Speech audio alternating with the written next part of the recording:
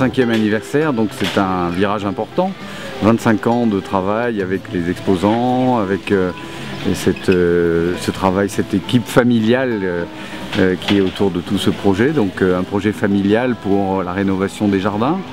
Et les Journées des Plantes jouent un rôle majeur dans cette restauration, puisque c'est grâce aux recettes des Journées des Plantes qu'on peut entretenir le jardin et financer les travaux de restauration que nous avons entamés maintenant depuis 25 ans. Ici on faisait un fil d'Ariane qui partait du bas, qui reliait à la fois les différents plateaux du lieu et symboliquement l'histoire, cette histoire familiale aussi. Et donc j'ai fait l'installation du tulle avec Frédéric Baye qui est un paysagiste au temps du jardin. Quand le dernier point était sur la sculpture du plateau du haut, c'était vraiment assez magique.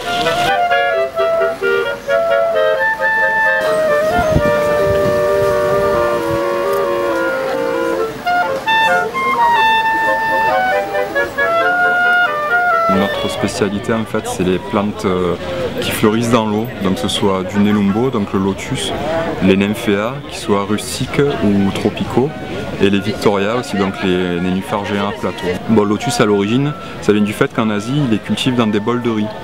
Donc ça donne vraiment des toutes petites potées de lotus qui rendent le lotus accessible à tous les clients qui ont au moins 5-6 heures de soleil sur leur balcon ou leur jardin ou leur terrasse.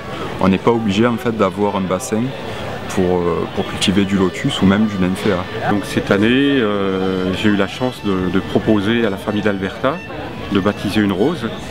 Et tout de suite, la famille d'Alberta a réagi positivement avec beaucoup d'émotion en me proposant donc le nom de Marie-Christine d'Alberta pour le nom de cette rose. Marie-Christine, c'est la maman des enfants d'Alberta, Daniel, Bruno et Olivier. C'est une belle rose de type rose ancienne qui refleurit beaucoup, qui a un coloris très doux, rose pastel, avec des fleurs en bouquet, une bonne résistance aux maladies et surtout une adaptation au climat de la région. Je fais des expérimentations. Donc je voyage un peu partout sur la planète méditerranéenne, en Californie, Turquie, Grèce, et je fais de l'observation des plantes dans ces milieux que j'essaye d'expérimenter chez moi pour ensuite voir leur adaptabilité dans notre milieu. Et celles qui ont réussi, je les mets en circulation pour qu'elles se propagent à droite à gauche sur le continent européen.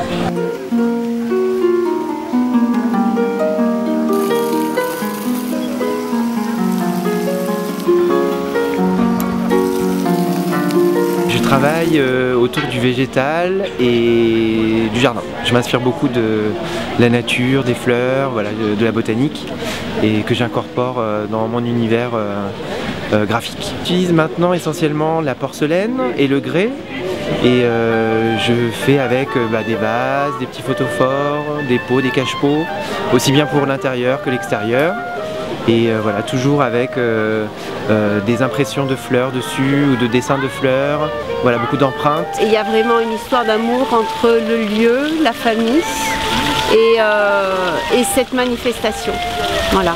J'expose des sculptures qui parlent de l'humain, qui parlent ici peut-être un peu plus précisément de l'envol, qu'il soit spirituel, qu'il soit dans le rêve, qu'il soit... Donc l'envol c'est la plume, l'envol c'est le lien entre le monde de la terre, le monde du ciel. Voilà, donc ce sont des gris-gris, des fétiches. Cette année a été une année particulièrement forte d'émotions puisque ça fait 25 ans.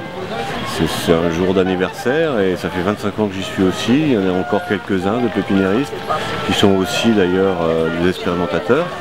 Et c'est avec beaucoup d'émotion qu'on est là.